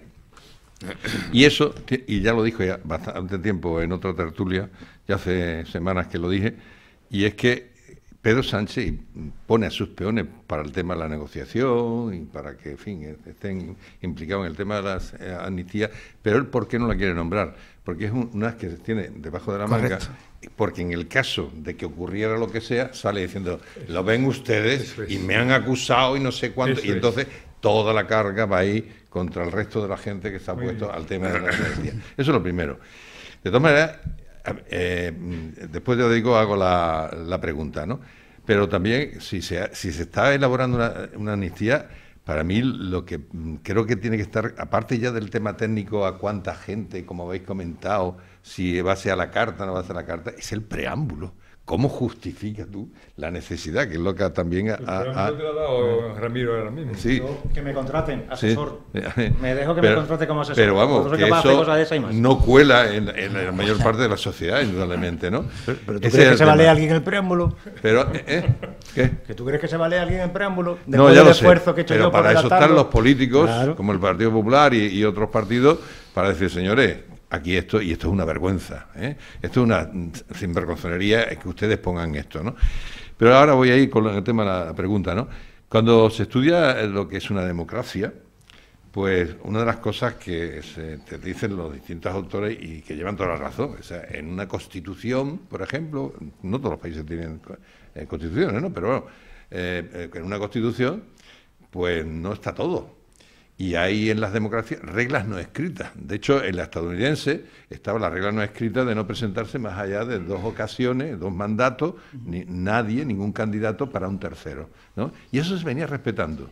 Sí hubo que hacer una enmienda, porque resulta que fue Roosevelt, pero no el Franklin Delano Roosevelt, el otro, que no me acuerdo ahora mismo el nombre del propio, ¿no? El Name, resulta que quiso presentarse por una tercera ocasión en el propio partido. Le dijeron, ¿dónde vas tú? Y entonces fue cuando ya se hizo una norma para impedir que se pudieran presentar una tercera. Quiero decir que en todas las constituciones no puede estar absolutamente el 100%. Es que se utiliza ese argumento de que en la Constitución no está prohibido la amnistía. Está prohibido específicamente la trata de blanca, la esclavitud, ¿no? ¿Verdad que no? No. Entonces, si no está prohibido, pues nada. Podemos también hacer algo. No, es que fulanito tenía esclavos en su casa y vamos a hacer una ley. No. Es decir, quiero decir que el argumento de que no lo prohíbe, aparte está el tema del indulto, que es lo que se ha dicho también. Es decir, lo mismo que hay una parte que se dice que no se puede dar indultos generales. Si eso no se puede con un indulto que no borra el delito que ha cometido el sujeto, ¿cómo narices tú vas a coger y vas a hacer una ley que todavía va mucho más allá que el propio indulto, ¿no? Entonces, por eso digo, ¿no?, que si el hecho de que no parezca, si no os parece a vosotros como abogados un exceso de, digamos, apoyarse en que es constitucional, pero en el sentido de que se excede por el hecho de que no aparezca, porque no es eso solamente lo que no viene, sino que hay otras expresiones, otros términos que pueden ser importantes dentro de lo que es un marco democrático. Bueno, y en el caso de producirse, no sé cómo la encajaría a Pedro Sánchez, la amnistía. Puigdemont viene, se pasea por la Rambla, no existió aquel golpe de Estado y supongo que el Partido Popular pues recurriría al tribunal y allí se encuentra con el señor Conde Pumpido. ¿Quién es Conde Pumpido? Para poner en órbita a los oyentes. Pues, a ver si lo resumo en 3 frases. Una, es un extraordinario jurista. 2, fue fiscal general del Estado. 3, es el presidente del Tribunal Constitucional. Y en todo esta amalgama de capacidades y de cualidades tiene un defecto absolutamente negativo, que es un socialista. No es socialista porque de socialismo tiene lo que yo de ruso. De socialista, nada. Es un socialista que ha vivido muy bien, mejor que muchos grandes juristas de su categoría, pero gracias al PSOE, que está en el Tribunal Constitucional, gracias al PSOE, y fue el malhadado autor de la frase «hay que llenarse la toga de barro». Y esa alegoría, esa metáfora de llenarse la toga de barro, significa que si hay que romper el ordenamiento jurídico, se rompe. Que si hay que interpretar las leyes, se interpreta. Que si conviene... Ese fue el autor, precisamente, de acabar con las, entre comillas, con los privilegios de las víctimas de ETA. Su primer paso en este sentido fue decir, ya está bien de ayudar a las víctimas de ETA y victimizar a las familias de las víctimas de ETA, de los asesinados por ETA. Y eso empezó a cundir. ¿Y dónde están las víctimas de ETA? Ninguneadas. ¿Dónde están tan tratadas tan como fardos, como los desgraciados emigrantes que en los cayucos de la mafia están invadiendo el Hierro, las Canarias enteras, Melilla y Ceuta? Las víctimas, los familiares de las víctimas de ETA son fardos para el señor Pumpido, como lo somos todos aquellos que despotricamos, yo por lo menos despotrico de algunas de sus grandes cualidades. E insisto, es un tipo que intelectual y jurídicamente nos pone mirando a Coria a la mayoría de nosotros. Pero eso no significa para que sea un sinvergüenza político y un político sinvergüenza. ¿Puede decir que no sea un juez imparcial? Absolutamente. Después es el máximo responsable del Constitucional. Pero absolutamente. Pero si es que esa frase de embarrarse la toga fuerte, significa, fuerte. ya a un abogado ya significa ojo, pero a un presidente de un tribunal constitucional, a un ex fiscal general del Estado, eso ya es meterse en prevaricación, porque yo no me fío de sus resoluciones. Ese no hace sus resoluciones por imprudencia. Es decir, puede prevaricar, pero no lo hace por imprudencia ni por error. Está demasiado preparado para hacer un imprudente o un equivocado. No. Ese conoce el iura nobis curia como nadie, conoce el derecho como nadie. Entonces, cualquier resolución que haga no es más que una pseudointerpretación. Es como si yo quiero interpretar a Hamlet. Oiga, yo puedo interpretar a Hamlet en estilo Lorca o puedo interpretarlo en el estilo Shakespeare. Bueno, pues él ni en Shakespeare ni en esto, ni en Lorca, él lo hace en estilo cualquier manganillo que pase por ahí enfrente, porque a él le interesa. Y tiene, como antes ha dicho la frase esa de preámbulo de Ramiro, yo meto aquí una frase y digo, estos son conclusiones decisorias. Oiga, usted sabe lo que son, él sí sabe lo que son conclusiones decisorias, pero queda magníficamente lo de conclusiones decisorias para poner la sentencia que a mí me da la realísima gana. Qué interesante. Brillante, Paco, brillante. Bueno, pues ese señor es el presidente del Tribunal Constitucional. ¿Cómo ha dominado Sánchez, cómo ha metido a toda su gente en las instituciones más importantes? Lo tiene absolutamente todo dominado ahora mismo. Por eso yo insisto con lo que decía Pérez Reverte. Oiga, que este señor no ha perdido. No se hace el ganador, es que está ganando. Y está ganando porque es el más listo y el que menos escrúpulos tiene de cualquier político que yo haya conocido a lo largo de la historia. Hablando de el rey de la ceremonia de Esparta, tenía un visir, un primer ministro que se llamaba Efialtes. Efialtes significa traidor. Pues eso es Pedro Sánchez. Un Efialtes del siglo XXI. Un tipo sin alma, sin escrúpulos. Un traidor a la patria. Solamente por mencionar a Luis Faraco, que ha tenido el detalle de mandar a lo que yo me refiero, la 22ª a la Constitución de los Estados Unidos fue la que estableció. Está el señor Faraco pendiente de lo que aquí decimos. Exactamente. Muchas gracias, Luis. Bueno, pues, Carmelo, va a tener... Con lo que acaba de decir Paco, pocas esperanzas tenéis en cualquier resolución del Constitucional. No, totalmente ninguna. O sea, esperanza en el Tribunal Constitucional, totalmente ninguna. No por nada, sino porque Paco ha dicho, oye, es el más listo, el que menos escrúpulo tiene. ¿No? Es el que menos escrúpulo tiene en nada. No es porque sea el más listo. Yo no creo que de todos los diputados que hay en el Congreso, en el Senado, en el Gobierno y demás, sea el más listo. No. El que menos escrúpulo tiene. Y le pasa lo mismo que le pasaba a Hugo Chávez en Venezuela. El que menos escrúpulos tenía. Y empezó, como empezó, de la misma manera que ha empezado Pedro Sánchez, intentando hacer que los tribunales, poner en los tribunales, al frente de los tribunales, a los amigos de Hugo Chávez. ¿Para qué? Para que su palabra, la palabra de Hugo Chávez, fuese la ley en sí. Y eso es lo que me da la impresión que está siguiendo Pedro Sánchez. Sin escrúpulo ninguno, está siguiendo el camino que siguió Hugo Chávez en Venezuela. Y fijaos dónde ha terminado Venezuela. ¿Dónde ha terminado Venezuela? Ojalá y Dios quiera que no tengamos que terminar nosotros de la misma manera. Y algunos dirán, hombre, es que nosotros no somos Venezuela, nosotros estamos en Europa, estamos en la Unión Europea. Me gustaría recordar que Venezuela era el país más rico que había en toda América Latina, el más rico, con más poder adquisitivo de su gente, con más recursos naturales. Petróleo, nadaban en petróleo. Y sin embargo, fíjese cómo está ahora, que lo vemos a diario por los medios de comunicación. Y eso, ¿como consecuencia de qué? Pues como consecuencia de Hugo Chávez y después Maduro. Hugo Chávez y Maduro. Y en menos en menos de 20 años, ha pasado de ser una democracia en la América Latina con gran poder adquisitivo a ser una dictadura donde desgraciadamente sus habitantes tienen que emigrar para poder comer.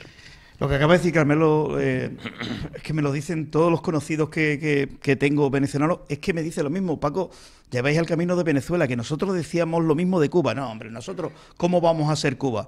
Acabaron siendo Cuba. Y esto lo dicen los venezolanos, o sea, no lo estoy diciendo yo. La hoja de ruta es la misma que trazó Hugo Chávez, la misma que está siguiendo Pedro Sánchez. Lo dicen los venezolanos y que tienen experiencia para ello y que han tenido que salir de su país, huyendo de su país por la miseria que ha ocasionado el socialcomunismo, que es el sistema de gobierno que tenemos en España. Pero más agravado todavía. Tenemos socialcomunismo con el apoyo de golpistas y proetarras. O sea, todavía más grave la situación. ¿Que te quiere decir algo? Es que siento discrepar de lo que opináis vosotros, ¿no? Porque es que, primero... De momento estamos en una democracia y lo puedes hacer. Por lo momento estamos en una democracia y de momento entiendo que el Parlamento que tenemos está legalmente constituido, ¿no? Por supuesto que sí. Y el de Venezuela, ¿no? También. El de Venezuela también. La gente que ha votado a los partidos que vosotros definís de una manera a la cual yo no voy a sumar, esos votos valen tanto como los míos, ¿no? Claro. ¿No? Entonces... Pasaba lo mismo en Venezuela, ¿eh? Lo mismo. Pero de verdad, Carmelo, yo espero de mis políticos algo más que decirme que vamos a vivir como en Venezuela, porque aquí estamos en Europa. Nosotros tenemos cedida parte de nuestra soberanía a Europa. Aquí hay controles mucho más fuertes de lo que estaba pasando por allí. Aquí no me parece bien que se... Mira, la pluralidad que tiene el Parlamento es la que tenemos y es la que hay. Si el PP esperaba sacar una mayoría absoluta en las elecciones y no la ha sacado, ¿qué le vamos a hacer? Si este hombre puede negociar con quien está negociando, es que el Parlamento que hay es el que hay. Que yo no lo he votado, ¿eh? Que yo no lo he votado.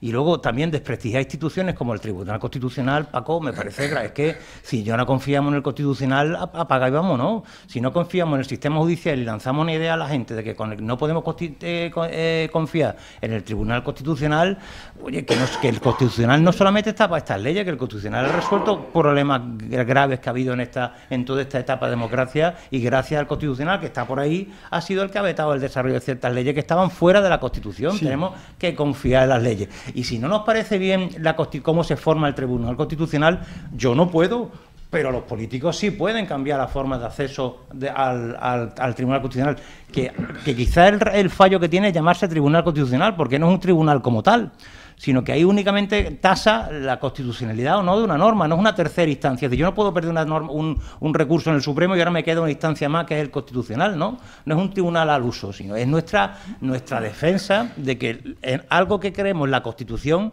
se va a respetar. Y yo quiero mantener esa confianza y esa esperanza en que esos medios de garantía de los cuales hemos dotado esta humilde democracia, pues se mantengan, ¿no? Sí, pero, perdón... Bueno, claro, cuando el presidente tiene una vena socialista que se le ve a 1000 kilómetros, ya uno cómo puede confiar en eso... ¿Y quién ha permitido que este hombre sea presidente? Si es tan malo, ¿no? Pues, pero vamos a ver... Oye, volvemos otra vez a un clásico. No se ha renovado el Consejo General del Poder Judicial. Pero... Y tenemos las audiencias provinciales paralizadas y que no se pueden nombrar presidentes y los presidentes prorrogados y los asuntos amontonados en los juzgados. Pero como decía Schopenhauer, Ramiro, nosotros, los ciudadanos, no los imperados, tenemos la obligación de protestar, de rebelarnos, de denunciar. Correcto. Si yo veo que este señor Pumpido, aparte de lo del barro en la toga, ha dicho por lo menos está recogido en la prensa, cualquier recurso que ponga voz aquí, sale para atrás. Pues eso... Debería haber un mecanismo de recusación de esa persona, porque si eso lo hace cualquier juez, y tú lo sabes, Paco, en un pleito que tú llevas, tú lo recusas y fuera. Sí, pero... ¿O no? No. Hombre, mira cómo intentaron cargarse a Marchena. El otro día comía yo con uno de los magistrados que formó el Supremo, ¿vale? Y decía que cuando hablaban entre ellos, de las horas que se llevan allí, hacían así, porque habían traído lectores de labios. ¿Para qué? Porque se decían algo de lo que habían contra ellos para recusarlo sobre la marcha. Sí, pero tú sabes que la recusación tiene causas tasadas. Claro. Y si esas causas no están tasadas... es más, para recusar ahora mismo a un secretario judicial que no está en la jurisdicción, hace falta que tú lo denuncies y que la sentencia sea condenatoria, porque mientras no salga la sentencia, tu recusación no prospera. a un juez, imagínate la que te cae encima si tú no haces una causa tasata. Cualquiera puede recusar a Pumpido. Pues ese cualquiera está perdiendo el tiempo porque la recusación de Pumpido está ganada, porque tiene 7 a favor, 7 de su cuerda. Está 2 elegidas por los catalanes. Una que, no me acuerdo los nombres, no quiero equivocarme en ellos, que fue la directora general con no sé quién del Partido Socialista. Es que está cantado. Está cantado. Y yo no lo conozco con la misma hondura que tú, que llevas mucho más años y te dedicas a eso profesionalmente. Conozco la fuerza de un corporativo. En los médicos, los arquitectos, los profesores, los jueces y en los mismos abogados. Del corporativismo no se libra nadie, el que diga lo contrario miente. Entonces, a un Pumpido le voy yo a recusar. Vamos, pierdo 100 sobre 100. Paco, sí. No, hasta el momento ya han pasado ya llevamos más de casi 2 horas, ¿no? Ya vamos a No ha terminar. salido la expresión populismo. Y típico de los populismos, tanto de izquierda como de derecha, aunque por ahí hay un autor que es López Aranguren, posiblemente sea hijo de José Luis López Aranguren, que dice que solamente los populismos existen en la izquierda, que Vox no es populista, ¿no? Pero los populismos se caracterizan, entre otras cosas, por el hecho de la manipulación de los filtros que hay en toda democracia, para evitar efectivamente los abusos, los excesos, tanto del legislativo como del ejecutivo, de quien sea, ¿no? Es decir, que hay una serie de filtros, ¿no? Y claro, yo también, con Ramiro, a mí me gusta confiar en las instituciones, porque es que si no, eso seríamos casi un Estado fallido, ¿no? Si no pudiéramos confiar en las instituciones. Pero es que se le vio el plumero a Pedro Sánchez cuando en aquella entrevista famosa. ¿De quién depende? ¿De quién depende el fiscal general? Si aquí el que manda soy yo, ni Exactamente. juez ni nada, aquí el que manda soy yo. Claro, es que eso el es lo que fiscal ocurre. general del Estado Es decir, no, es el fiscal general del gobierno. La confianza, es decir, echó sobre la confianza porquería. ¿Por qué? Porque además lo dijo en una actitud, permitirme la expresión, chulesca. Lo dijo así. Aquí el que manda soy yo, ni Exactamente. jueces ni tribunales. Claro, soy el eso que es lo manda. que es, porque Claro. yo, por ejemplo, cuando se cambió el Tribunal Constitucional, ya digo, en otra tertulia en la que participo y que se escucha en muy distintos sitios, lo dije, hombre, vamos a dejarlo ver cómo actúan, cómo funciona y ya juzgaremos, ¿no? Fue la expresión, es decir, porque tengo predisposición que las instituciones de mi Estado pues realmente funcionen y podamos confiar. Lo que ocurre es que tenemos un presidente que efectivamente, yo siempre he dicho lo mismo que has dicho tú y que con el tema de los escrúpulos, es decir, es que el que no tiene escrúpulos tiene ventaja, ¿no? Lo mismo que el chorizo, ¿no? El que te va... Bueno, ¿cómo cuando se esperaba que se pegara el batacazo padre consiguió remontar? ¿A qué te estás refiriendo? Perdón. Al resultado de las elecciones. Eso es lo que yo digo que es muy Sí, listo. sí, ya bueno, pero ahí fue quizás porque se adelantaron enormemente, porque mira cómo ellos cogieron y postergaron los acuerdos con Bildu en Navarra, lo postergaron hasta después de las elecciones. Sin embargo, el Vox, Valencia se saltó a la tarea todos los plazos y cogió, ¡bum!, ala. Y claro, eso retrajo el voto de mucha gente, porque lo mismo, el ejemplo lo tenemos con lo de Madrid, de mucha gente votaron en Madrid que no eran ni mucho menos del PP, sino efectivamente era un castigo a Pedro Sánchez, ¿no? Y eso les frenó un montón votos al Partido Popular.